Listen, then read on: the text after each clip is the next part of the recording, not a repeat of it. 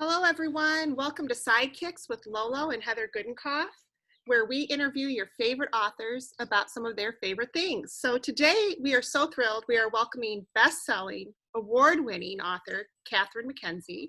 Catherine is the acclaimed author of 10 novels, including You Can't Catch Me, her most recent heart-pounding thriller, which I absolutely adored. Oh, thank you. Thank you so much for being here with us today. Thanks for having me. Yes, well, so the kind of the premise of this, our chats has always been pets, but not everybody has a pet. Not everybody has a pet. No, not everybody has a pet, and there's so many authors out there that I just really wanted to talk to, and you were one of them. So Thank we were you. kind of brainstorming, and you thought, well, does gardening count? And I'm like, absolutely. So let's start with that.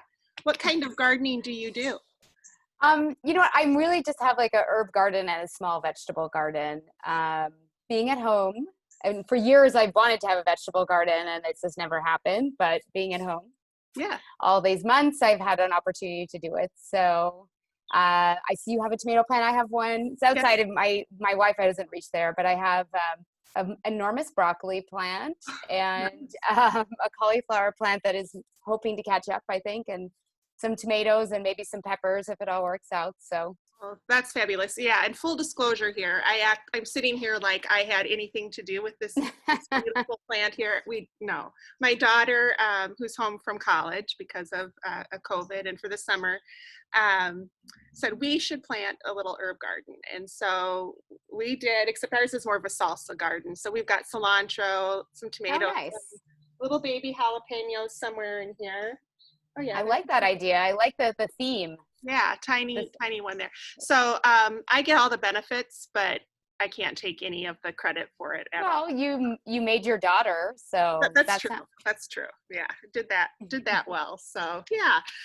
So what else have you been doing during your time at home? I imagine writing a lot or reading a lot. What are some things you do? No, I still work as a lawyer, so I've mainly been doing that job. I finished a draft of my next novel right before the pandemic hit, thank goodness. I don't know about you, but my concentration hasn't been amazing through all of this. And so I did a round of edits on that, and I actually just got a second round of edits yesterday. Yes. So that'll be my project for the next month. No, then I'm cogitating on the one after. I mean, you do a book a year, right? Well, not quite. Mine are more like 18 months apart, but yeah, you're always thinking of the next one also. But yeah, I'm in the middle of revisions too. I finished the first draft of my newest one right when the outbreak began. So I kind of hunkered in and finished it. And now is where, like, when I'm getting into my revisions, it's a little tougher because it's a little harder to focus. And yeah, but I try to do just like a certain number of pages a day. I'm like, I can edit 25 pages a day. Yes. Yeah. That's where I've gotten to too. It's like, okay, I can do this. And it's been good for me too, to have something to focus on. So what have you been reading lately? I just read My Dark Vanessa. I've heard great things. Yeah, I really liked it. And you know what? I've also had trouble concentrating on reading. So if something can hold my attention in all of this, I think that's the best recommendation I could give. And I also read The Whisper Network. Okay. And just finished that. So those are, and I guess right before the pandemic, I read The 7.5 Deaths of Evelyn Hardcastle. It's a hard title to say. Yes. But great book. And particularly, I don't know about did you read it? I have not read that yet. Okay. But I mean, for what we do, writing thrillers, and it's a big mystery novel. It's got a paranormal element to it, but it's just a master of plot. Like, I read the whole thing and I was like, does this actually work? And I went back and I started reading things and I'm like, okay, no, I didn't pay attention. You know what I mean? And like, I mean, he must have had a wall of crazy like no other. I read some articles and I think he did. Yeah. But because it takes place over 7 days and the main character wakes up in a different body every day. Oh my gosh. Wow. And he has to prevent a murder. Wow. That's so amazing. Okay. So yeah, it's really good. The top of my list for sure. Yeah. What about you?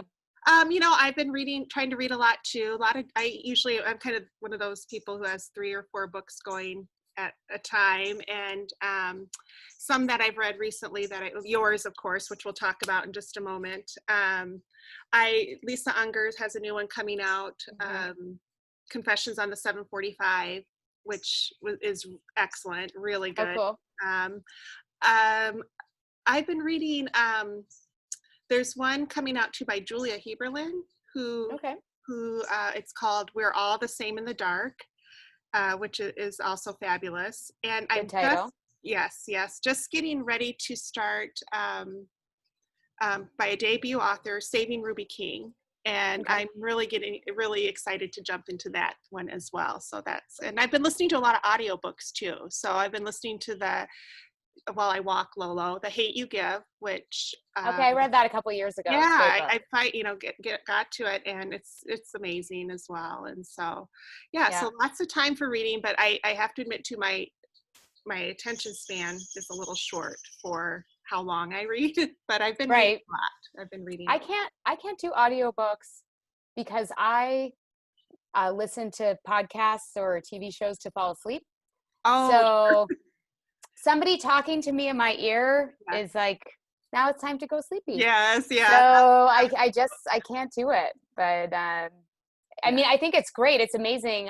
I don't know about you, but I've definitely seen over the last 10 years that I've been publishing the biggest change really has been the growth of audiobooks. And I think my last book, like 20% of its sales were that is in audio. So that is amazing. It really has become just a multimedia world, and it's been fun to see. For sure. Now you got to tell us about your new book, You Can't Catch Me, which, as I mentioned, is just heart-pounding, unexpected.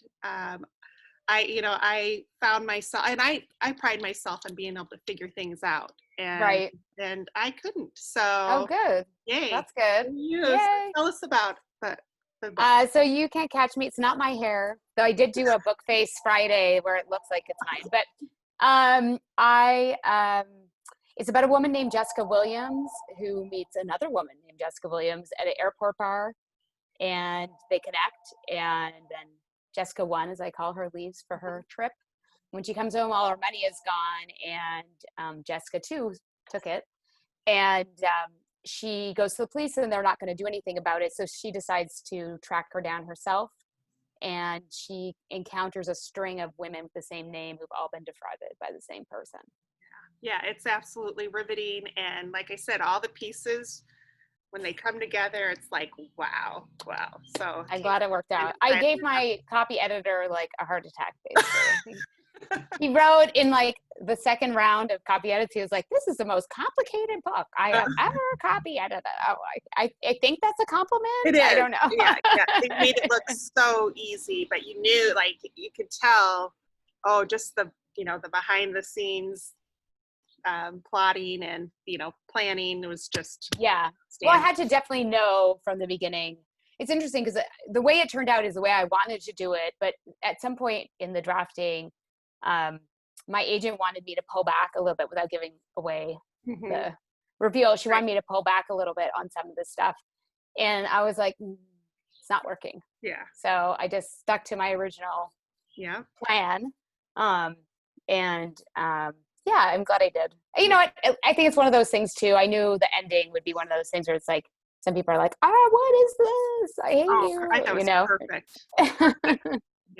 Perfect. So Thank you. So everybody needs to run out and pick up a copy of You Can't Catch Me. It was so good. So it's summer, right? What else do you have going on this summer? Anything? I mean, I know we're all close to home, and anything fun planned, or just work? And I'm trying to go to. So I have a lake house in upstate New York. I live in Canada. Our border is closed, but I am a dual citizen. So come see us, right? And so that's my plan for July, to work from there if all goes well. And I mean, I think it's just the summer for staying home. So I've been playing lots of tennis, and when they reopened tennis, I wrote to my tennis teacher. I'm like, are you playing? Yes or no? It's nice to have some of those, some normalcy come back when, when it's safe. Yeah. Yeah. And I've been running a lot the whole pandemic. So that's good. We need that stress release. I say that like I don't run, but I walk, I hike. That's fine. It works for me. So whatever works for you. Where are you again? I'm in Dubuque, Iowa. So it's right where Iowa, Illinois, and Wisconsin meet at the Mississippi River. So I'm right in the Mississippi. So yeah, we have lots of hiking and trails, and it's really beautiful. So I have never been to Iowa. Oh, it's a flyover state, but people don't realize it's really beautiful. It really is. We're more than we do have these beautiful cornfields and farmland, which is gorgeous in itself. But we also have bluffs and rivers and caves, and it's pretty special. So that's cool. Yeah. So thank you, Catherine. Thank you so much for being here with us today and sharing a little insight into your current read at your current book and what you're reading and your garden. And thank you so much. And we'll talk to you soon. Okay. Bye.